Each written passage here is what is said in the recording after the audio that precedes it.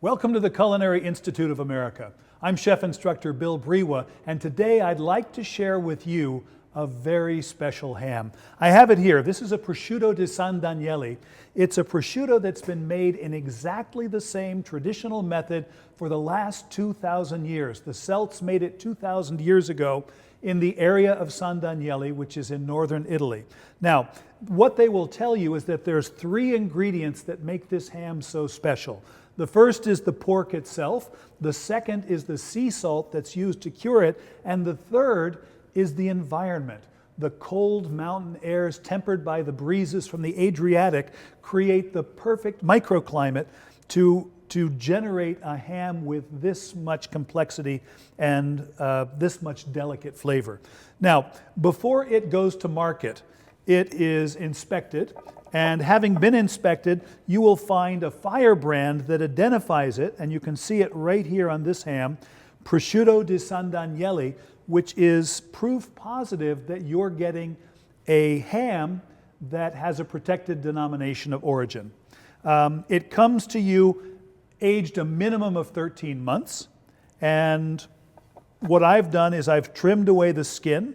I've gotten back to the white fat. Any fat that was oxidized, I've trimmed off. And at the end of the day, it is so delicious that anything I add it to is going to taste better. But today, I'm going to use it on pizza. Let's get started. What I've done earlier is I grilled off a piece of pizza dough. This is pizza dough that just went onto a very hot grill, and the only thing I would say about this process is make sure that you get plenty of color on the dough. It cooks so quickly, usually in about a minute and a half, that unless you get that nice char front and back, you don't have the flavor that you're looking for. So let's get started on the herb salad. This is a great dish to do if you've got an herb garden outside, as we do here. So if you look in this ice water, I've got celery leaves, and I'm going to add to that some chives. And I'm putting these into ice water just so they crisp up, so they're nice and turgid and crisp. Here's parsley. I'm going to add some parsley. I've got some thyme. This could be anything really that you want to add. I just have a nice selection of herbs, and so I'm using them. Here comes a little bit of sage, and I'm going to tear these big leaves into smaller pieces.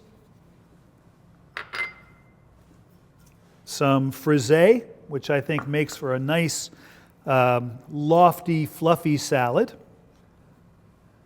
And then one of my favorite herbs, marjoram, which is kind of floral. It's sort of a floral version of oregano. And by putting that here into ice water, it just crisps up a little bit and gives me just what I'm looking for. So I'm going to take these out of the ice water now and blot them just a little bit dry. It's going to continue to bleed out a little bit more of moisture for a while. But while it's doing that, let me make a really simple dressing for that salad, which is nothing more than lemon juice and olive oil, and then a little bit of garlic. Lemon juice, olive oil, garlic, salt, and pepper. Doesn't have to be an emulsified dressing. It just has to flavor those herbs. So I'll set that aside. And let's see how these things are coming along. I'm just going to toss them a little bit and dry them. Again, if you had a tiny little salad spinner, they make a special salad spinner for herbs. You could use that as well, but this seems to be working just fine. I want to tell you about one more garnish before we move on. These are what people call oil-cured olives.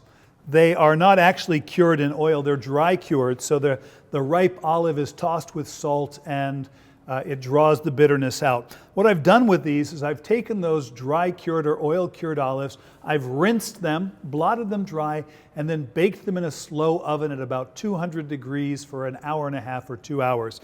They get very light, very dry, and very crispy, and then I chopped them up into what I'm calling olive soil. So a little dust of dry, crunchy olives that I'm adding on top of my pizza later on.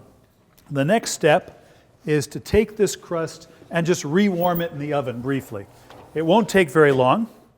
So I'm going to toss together this herb salad. And these herbs are hearty enough that they will hold very, very nicely for 5 or 10 minutes. So we can have that done. I have also some prosciutto that's sliced. This is the Prosciutto di San Daniele, and I just want you to notice how beautiful those slices are. I think it's really important that you leave the fat on. So any discolored fat, certainly trim that off, but when you get this pure white creamy fat, leave that on. So this is ready to go as well. I'll set that aside.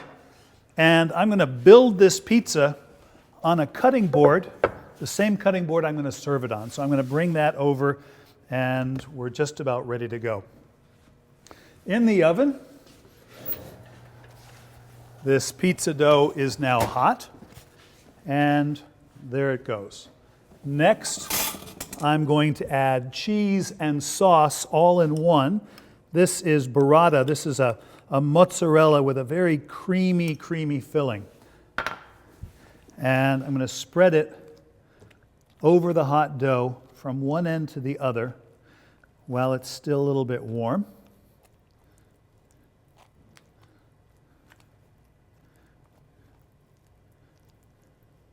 I'm going to take and add some herb salad to the top of our pizza here.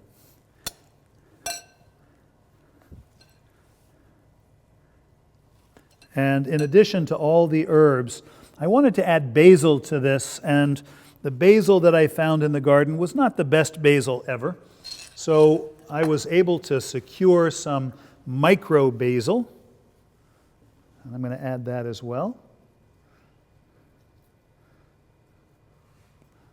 And then, I don't want to cook this ham, but I like the idea of putting it onto the warm pizza and letting the heat of the pizza just sort of bring the flavor of the ham out and soften a little bit of the fat. And I think you can be generous with the ham. That looks good to me. And then while I was in the garden, I noticed these beautiful edible nasturtium blossoms, and I think that they probably will make a really beautiful looking pizza. So I'm going to add some of these petals. This is what's really going to make it pop, and that is just a little bit of this olive oil.